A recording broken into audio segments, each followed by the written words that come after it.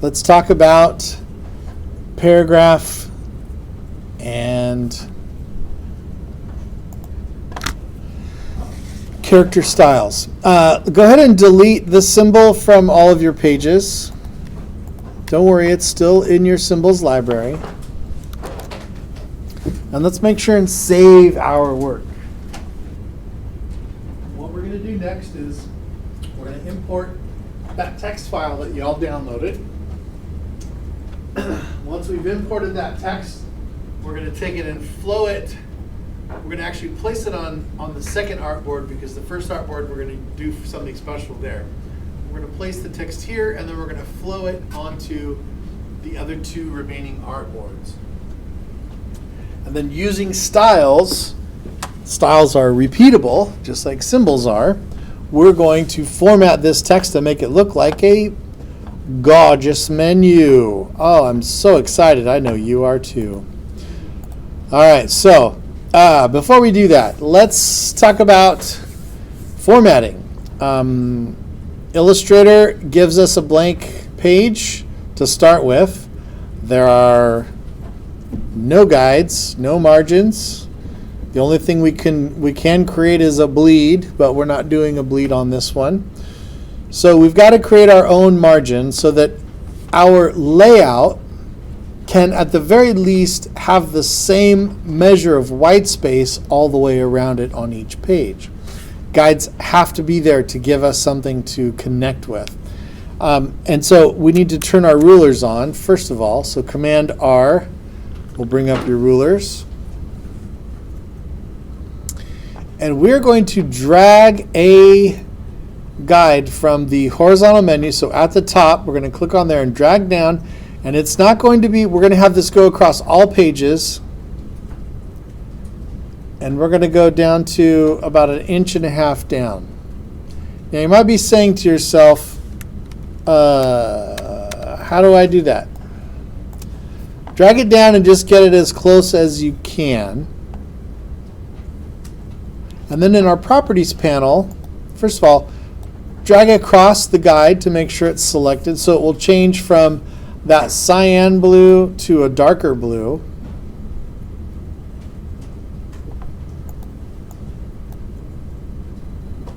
Once the guide's selected over in the properties panel here, you can set the Y position manually to 1.5. All right, and we're going to drag another one down. And this one's going to be at 1 inch. So once again, drag that guide down, select it, and then in the properties panel, set the Y position to 1 inch. The Y position is up and down. The X position is left and right. Cartesian coordinates, I think they call it. Don't worry about the width or the height. Your guide will never have a height of more than 0. The width is always going to be 227 inches because that's the width of our pasteboard. It's 227 inches. Okay. These are good. All right. Now what I'm going to do is I'm going to create a shape that I'm going to use as my margins. So for the first thing we're going to do is with the rectangle tool, we're going to just click and kind of go off of this guide, that second guide, the one that's at 1.5 inches down. And we're going to drag something approximately that big. Our page 7 by 10. And I want a 1/2 inch margin here, here, and here. But up here, I want 1.5 inches. What? 1.5, 0.5, 0.5, 0.5. So, using basic math, subtraction, I'm going to draw a box in here that's going to represent margins for me. If I have 1.5 inches margin at the top and a 1/2 inch margin at the bottom, how tall does this shape need to be? If the page is 10 inches, how tall does this shape need to be? So an easier way, so we're trying to get this measurement right here. So if this is 10 inches from here to here, and we're subtracting 1.5 from the top and then 0.5 from the bottom, 10 minus 1.5 minus 0.5 is how many? 8. Nice. So this height is going to be 8 inches. Sorry. Yes, 8 inches. Right? Yeah, 10, 8. Okay. Now, going left to right, my apologies for those of you in the back. I guess I could have used the Elmo and drawn on a piece of paper. 7 inches is our page size, and we're subtracting on the left-hand side a ½ inch, and then a ½ inch on the right-hand side. That is 6. Yes. Excellent.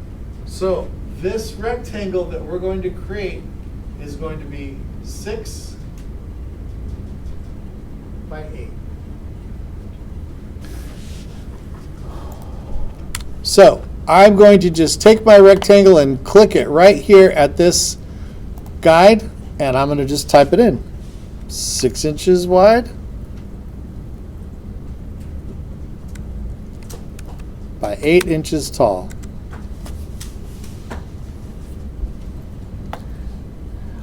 Make sure that the constrained width and height is unengaged. That's what engaged looks like. That's what unengaged looks like. If it's engaged, when you enter one value in the width, it will transpose the height to scale proportionally. We don't want that. We want to manually hit width and height. All right, click OK. All right, sweet. Now, our box isn't necessarily where we want it to be, but over here in our Properties panel, and I want everyone to just kind of look up at the screen. You can see our width and our height are definitely where they need to be. And this X and the Y is measuring the center of the rectangle, where the center of the rectangle exists on the page. That dot right there corresponds to that little dot right there. What I want to do is I want to measure the X and the Y from the left top of my rectangle. So I'm going to move the reference point. So I'm going to click in that little spot right there. Now our Y is 1.5 inches. Right on the money, man, because that's where that guide is at 1.5 inches. And so now our X needs to be, if we want this to be a ½ inch from the left, this needs to be ½ inch. Okay, so now our rectangle has a ½ inch here, ½ inch here, ½ inch here, and 1.5 inches up there. Let's do that now. We'll walk through it together.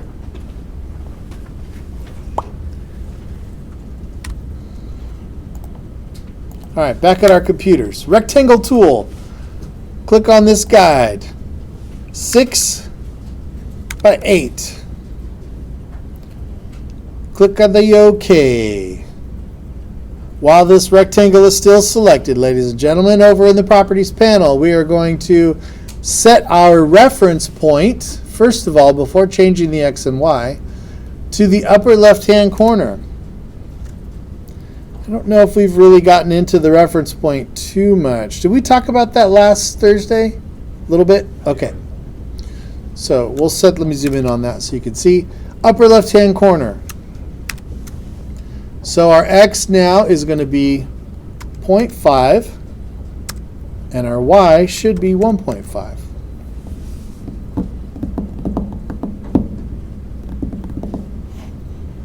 Groovy. Now this rectangle doesn't have any stroke or fill, so when I deselect it, it goes away, but if I do Command Y, go to outline mode, there it is, it's still there. All right, we're going to move over to page 2. We're going to do this again, but we're going to do this a different way. I keep wanting to say skin the cat, but that is a terrible, terrible thing to say, and I'm trying to get that out of my vernacular. What's another thing I can say? Another way to make nachos? There's more than one way to make nachos. Yes, I guess that works. What's the purpose of the metaphor? What's that? What's the purpose of the metaphor?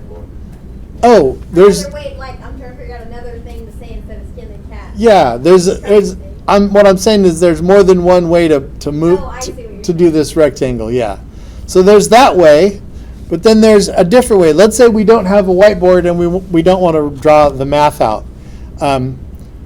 Choose your rectangle tool. Make sure your second artboard is here, and I just want you to drop it on the artboard. Just poop it out, and let's purposely do like a weird width and height.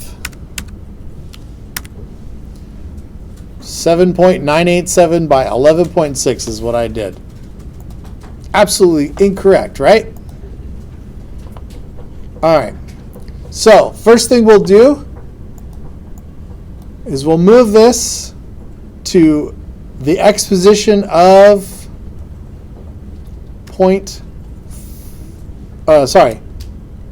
Yes, 0.5. Thank you, Kyla. And the y position of 1.5. Making sure that our left upper registration point or reference point is selected.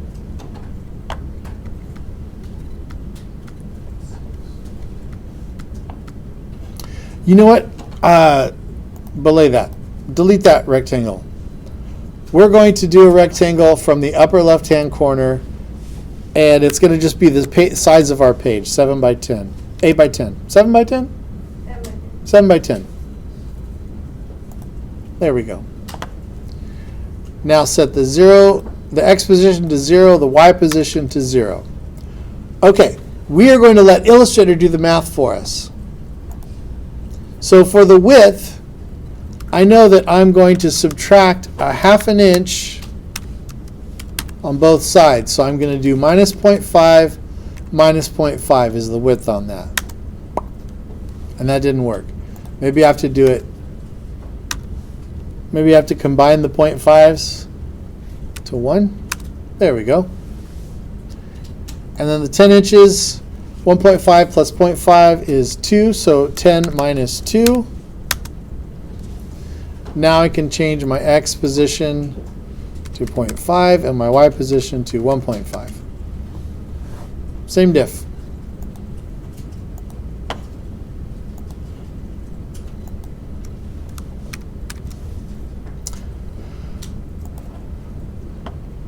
All right, and then we're going to Alt drag this over to page 2 and page 3, and I want you to use your powers of transform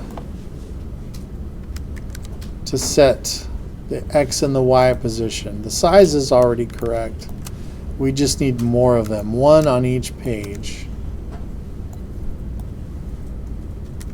0.5 and 1.5. Oh, here's the fun thing.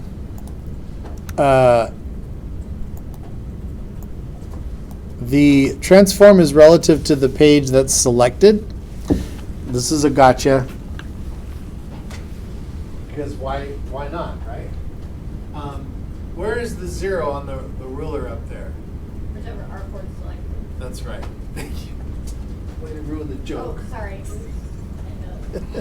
It's okay.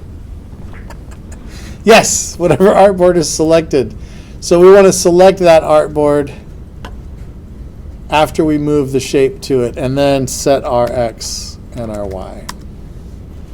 And then if you go Command Y for outline mode, we should see like this. Should be nice and pretty, all lined up.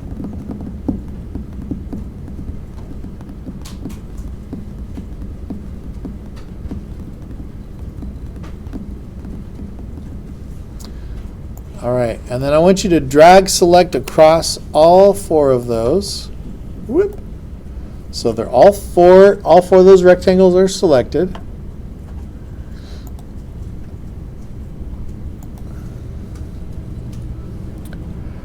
And then we're going to turn these into guides. we're going to go to View, Guides, Make Guides, or Command 5. And once they're guides, we're going to go to View, Guides, and Lock Guides. And that's what we should get. Once everything's deselected, you should have those. Let's try again. I dragged across all 4 of these rectangles. So they are now selected. Now I can go to View and Guides and Make Guides. But they are still movable. I can click on this guide and I can move this shape around. Oh, well, the guides are locked, but now I can move it. See? When I click that shape and move the shape, the guides move with it. So that's not ideal. So once I've created my guides, then I'm going to go to View, Guides, Lock Guides, or Option Command semicolon if you want to remember that. Command semicolon is the shortcut that hides and brings back the guides. Command Option semicolon locks and unlocks the guides. And it's ideal to have your guides locked.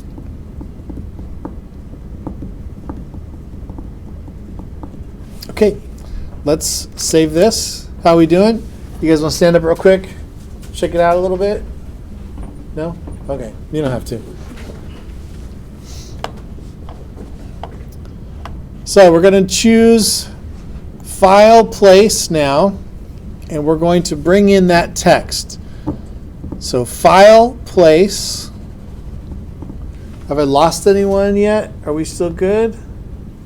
Okay.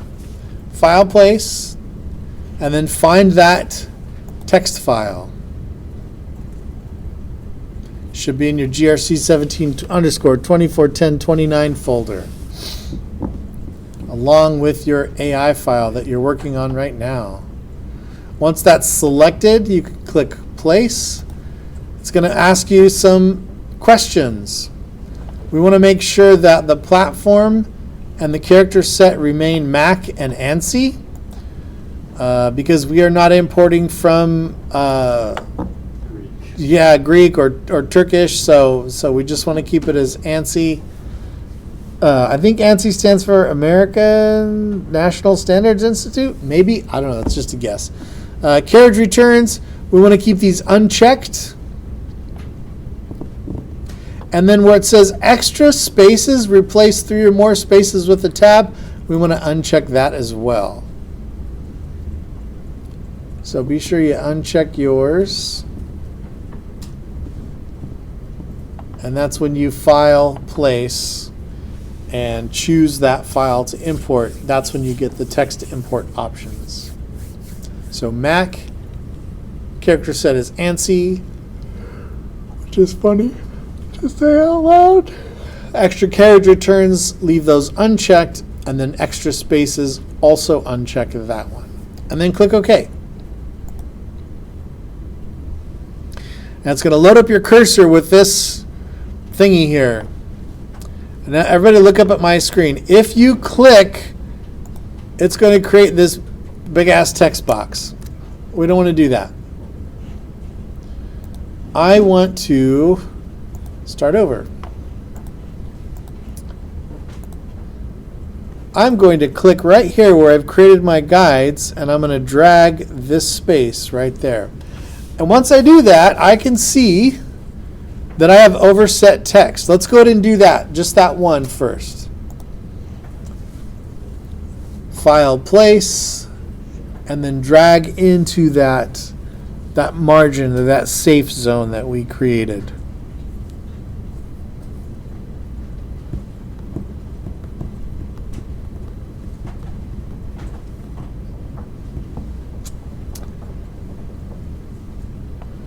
All right, now choose your selection tool from the menu, or you can hit the V key.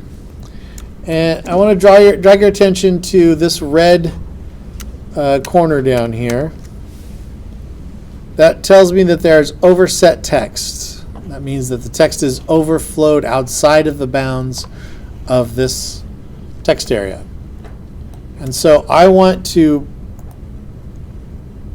be able to repeat that overset text. Or not repeat, I'm sorry, I'm doing two things at once. I want to be able to continue that overset text into the next text box on the next page. And so with my selection tool, I'm going to click on that red box there, and notice my text area has a little bit of text loaded in there. And I'm going to do the same thing here. I'm going to click and drag down into that area, and now the rest of the text is flowed in there. And now I'm going to do the same thing one more time for page 4. Each time making sure to line up your shape with that margin box. And so when we're done, it looks like that.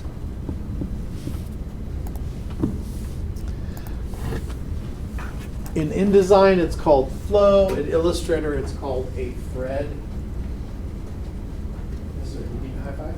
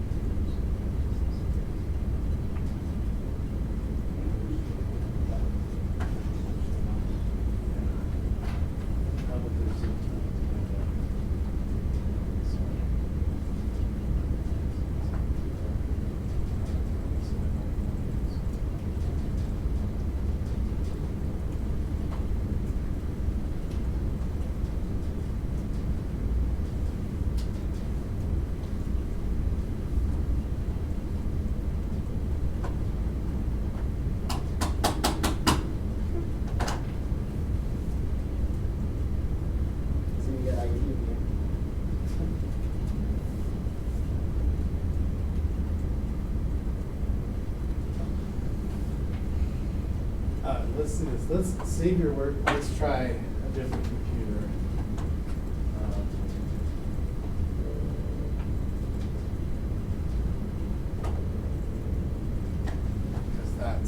sucky.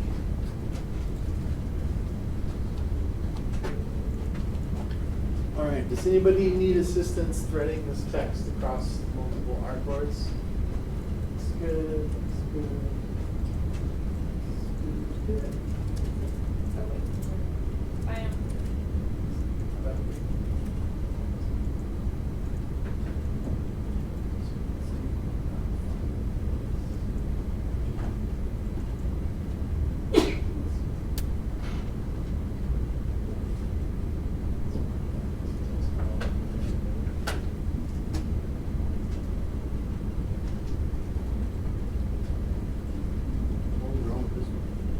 Illustrator was, but I don't know if he reset it, so I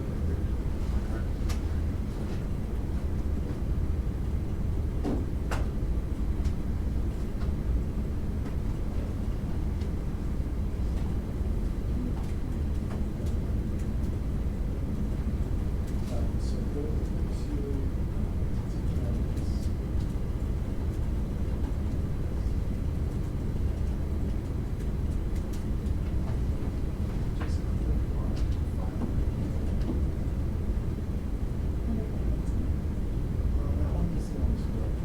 just click up here and drag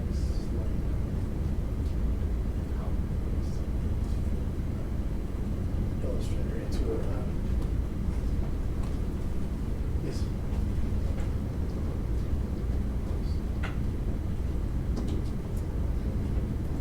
Sorry. Not check that one.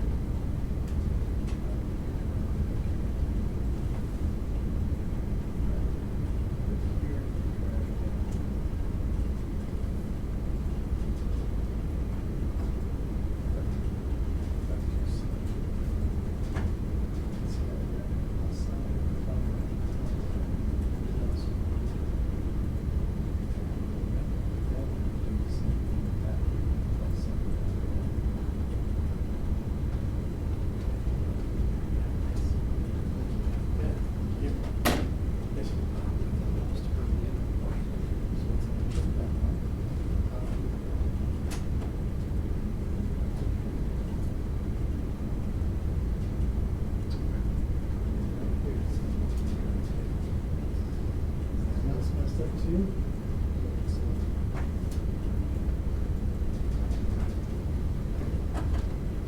Did this Illustrator work on this one?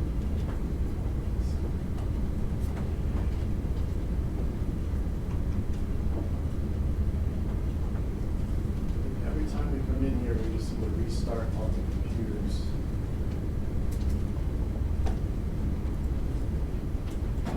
If you can, get it to work. Click and drag down here. Yep.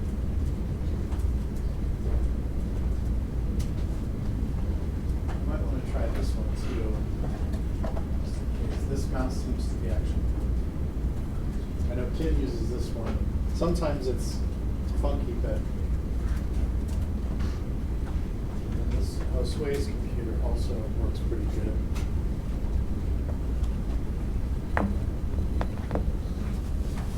Okay. Let's save our work.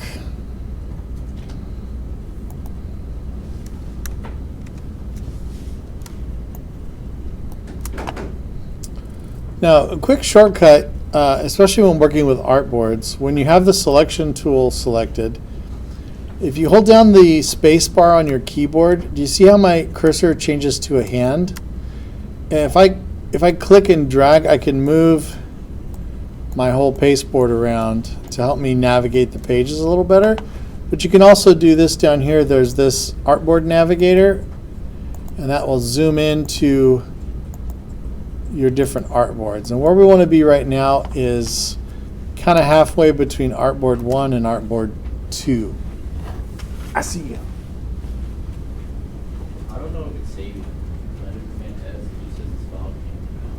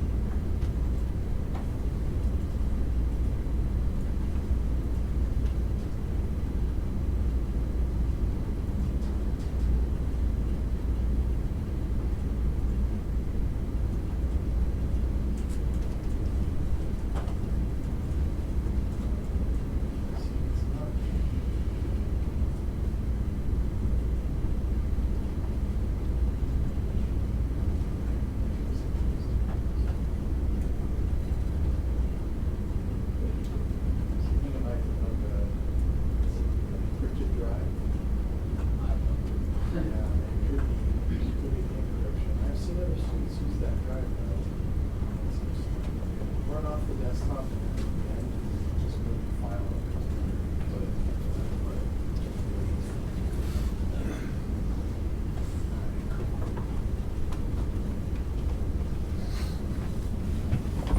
Groovy.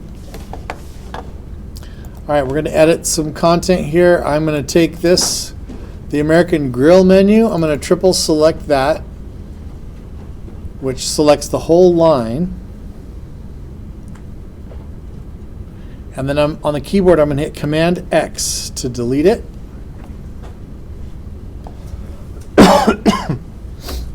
Ooh, excuse me, cough drop. I'm not sick, it's just so much talking dries my throat out.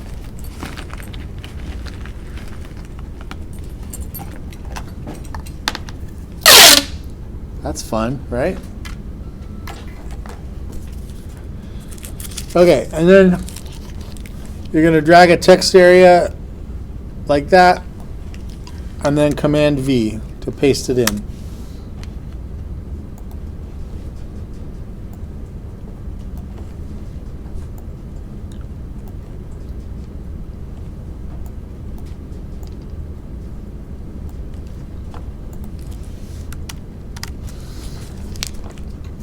All right, back over in our menu content. I'm going to click in here and I'm going to get rid of these extra returns that are in front of the word appetizers.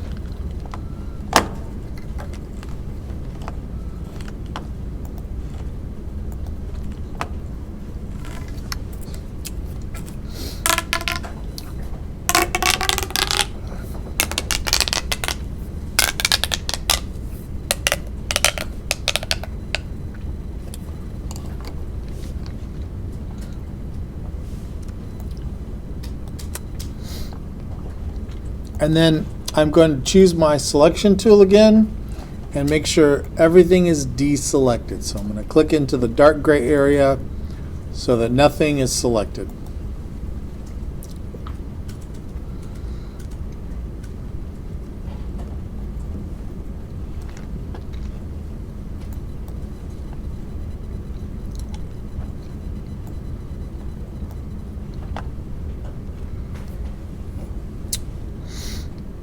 Okay, now on my panels, I have character styles and paragraph styles. And notice there's a difference between character styles, paragraph styles, and paragraph and character. Character and paragraph are panels that allow you to directly change the selected text. Character styles are a panel that allows you to create styles that can be applied to selected text. It sounds like I'm saying the same thing, but trust me, paragraph styles, character styles, it's like having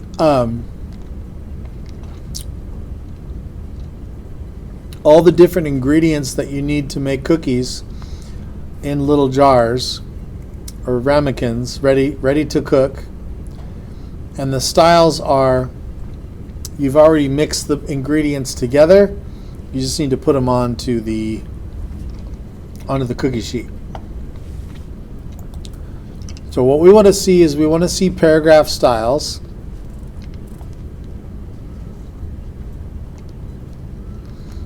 Now if you don't see paragraph styles, you can go up to Window. Oh, sorry, is it Window?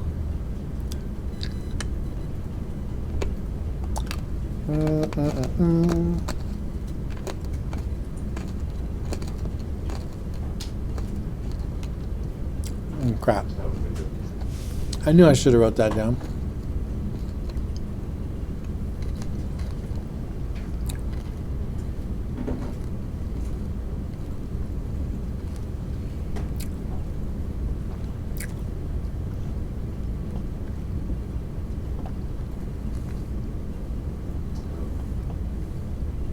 Oh, there we go. Type. Yeah, Window, type, and then paragraph styles. I don't know why they hide it. In design, it's like right there, but type. So paragraph styles. And the first thing we're going to do is we're going to create a new style. that's going to be applied to all of our text. So we're going to click that plus sign on the paragraph styles panel.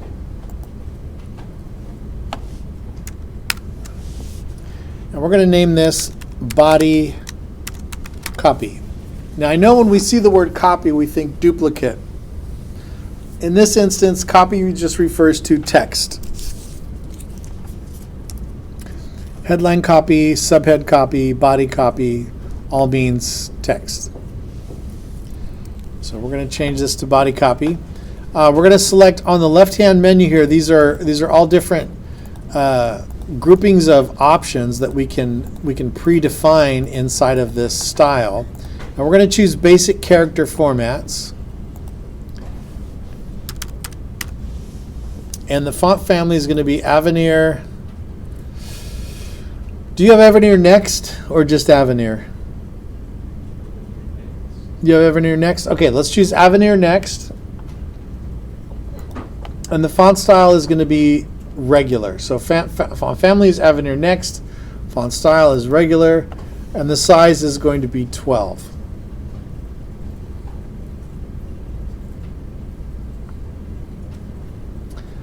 All right, next up on hyphenation, we're going to go select hyphenation on the left. It's kind of right in the middle of that menu. And we're going to turn off hyphenate if it's on.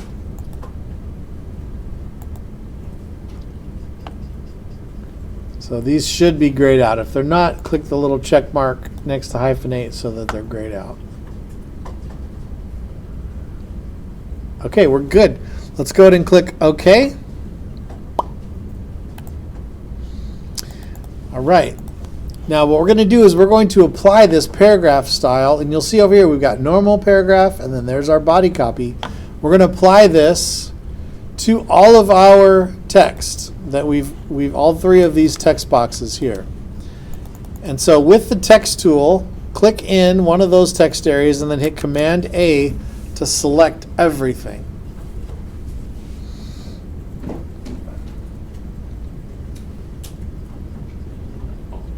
Once everything's selected, I want you to click once on body copy in the paragraph styles.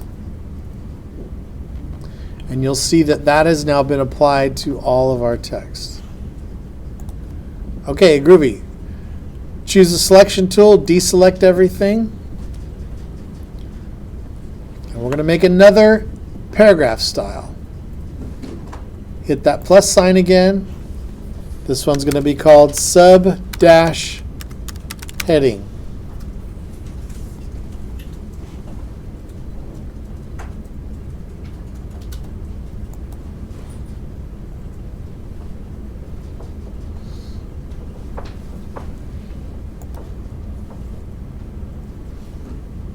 Oh, that's cool.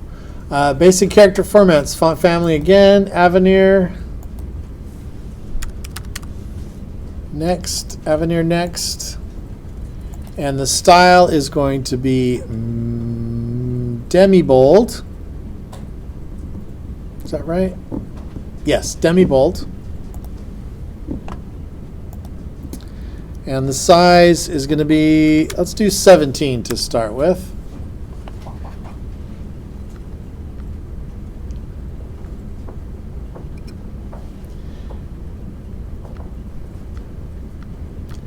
And then click OK.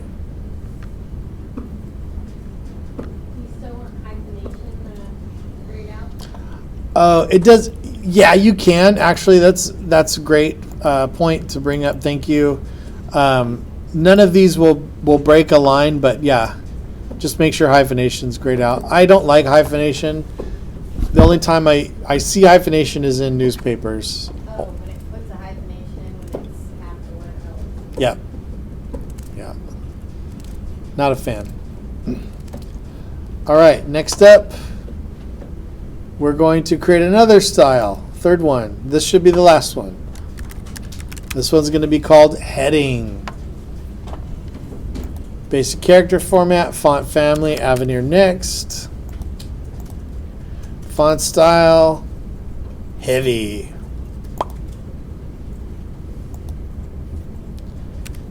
size 24.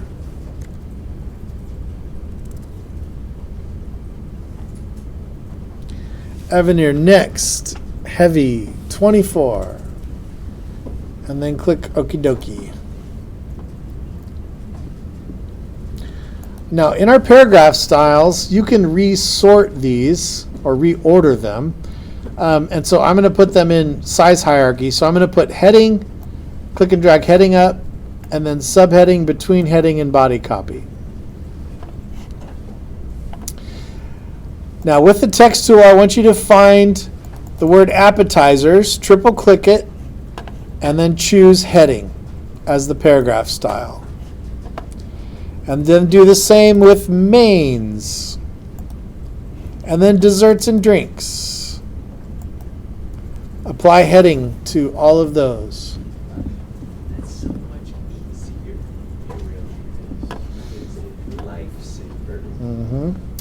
All right, so underneath appetizers, we have our buffalo wing basket. Triple click that and choose subheading. And I want you to do that for, let's just do it for like 4 of them.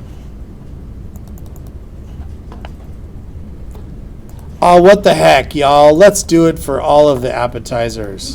Knock yourselves out.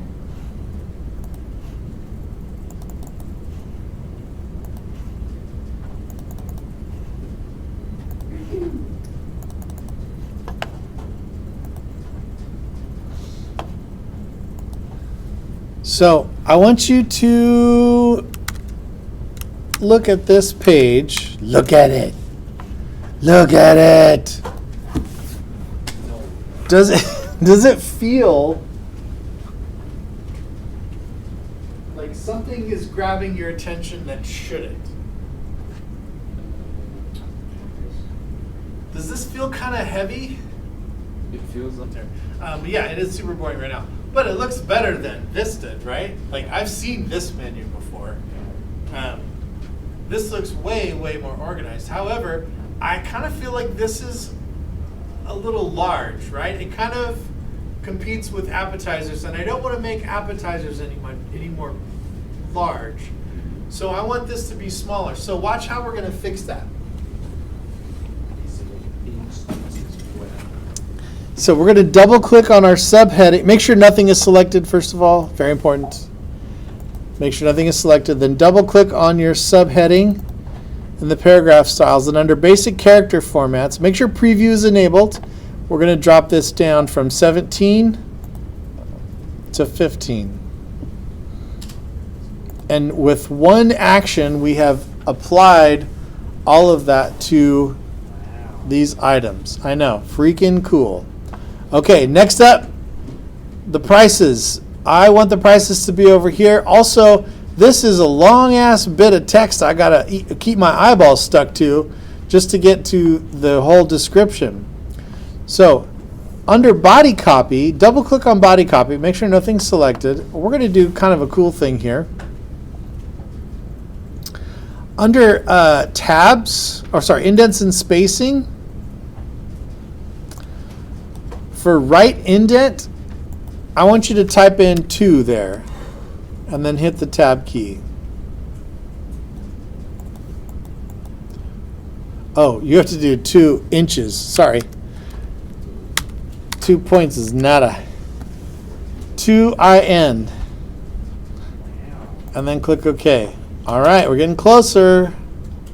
Ooh. Okay, last thing here is we want to fix this price.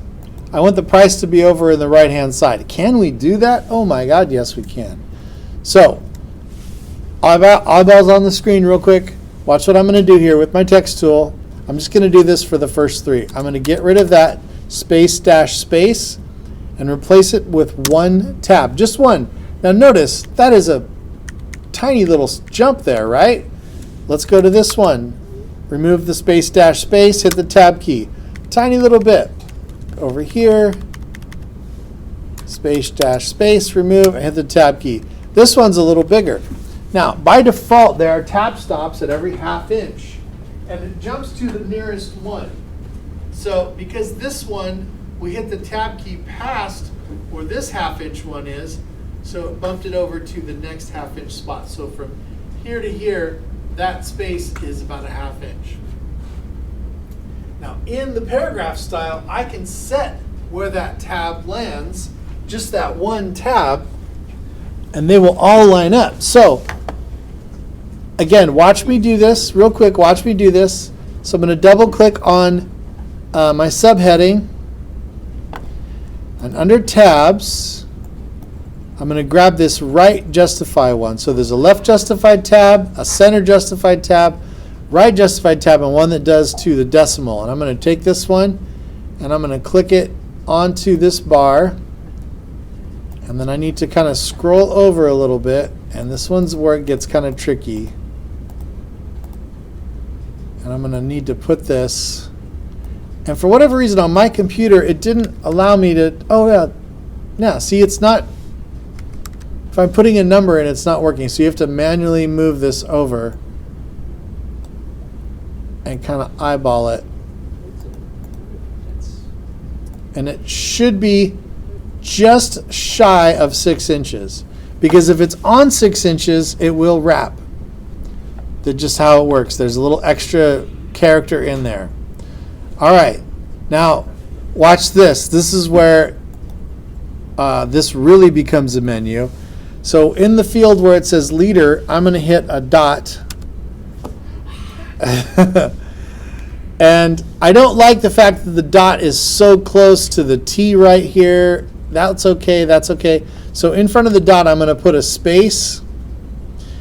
And then after the dot, I'm going to put a space. No, I'm not. I'm going to leave that off. So I'm going to do space, dot, and then okay. And now every time I apply this, you have to make sure you do a tab. Look at that. We're in the 21st century.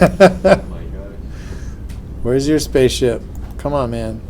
All right, let's do this now. We'll do it all together. That's so cool. So first of all, make sure nothing is selected. Yeah, I've never done this in Illustrator before. I taught my InDesign class yesterday how to do this, and I was like, I wonder if Illustrator can do this too. Sure enough, it's a little funkier, but it works. All right, so in subhead, make sure nothing's selected. Inside subheading, we're going to go to tabs. We're going to drag that right justified tab stop onto the ruler, and then just kind of start scooching it over closer to that 6-inch line.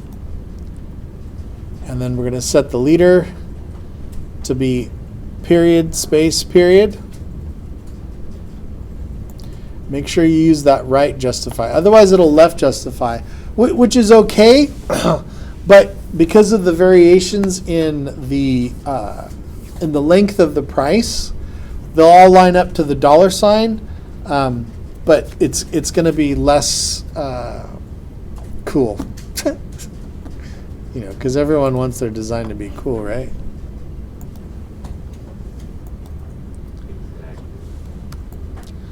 Flippin' A, man. Look at that. All right, let's do this now. All right, here we go. Now, we made a symbol earlier today. Let's use this. Let's make another symbol for this thing. So my American Grill, I need a logo. I need something that stands out. And I think you have this font. It's called El Grande. Do you have El Grande? No. If not, Oh, wait. One word. No. it's all one word. Okay. No? No.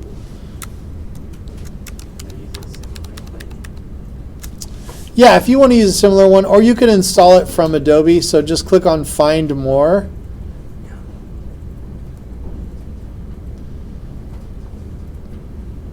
And then wait about 14 years. There it is. Yeah. Anyway, El Grande is the one I like. You can go with a different one. 8 heavy. Ooh, that's cool. Okay. And so I'm going to make mine as big as my margin area here, and then I'm going to center justify it. So it's right in the middle. All right, here's where we do this. Now, I'm going to, with the rectangle tool, I'm going to create a rectangle that's in this top inch of the top of the page. And I'm going to set the fill of this to be kind of a light gray. And then I'm going to move Americana Grill up in there. I might need to send this to the back. Yeah, if you move the text and the box into the same space and the box covers the text, you just have to send to the back by selecting the box, and then from the menu it's object arrange, send to back. And it'll put that rectangle behind your text area. All right, now we're going to make this into a symbol. If you're not totally happy with how it looks, that's fine. We can always edit it later. So make sure my symbols are visible. There they are. I'm going to drag select both the rectangle and the text, and then drag them over into the symbols panel. And I'm going to call this American Grill header. Export type from movie clip, change it to graphic. Symbol type, dynamic symbol is fine. And then click OK. And now we can make a copy of this at the top of pages 2, 3, and 4, just by dragging it out.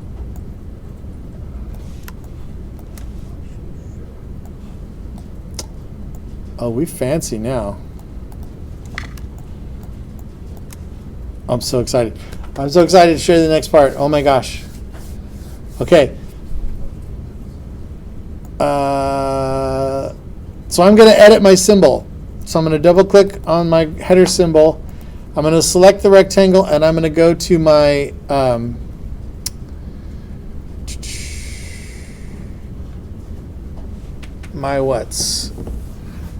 my graphic styles.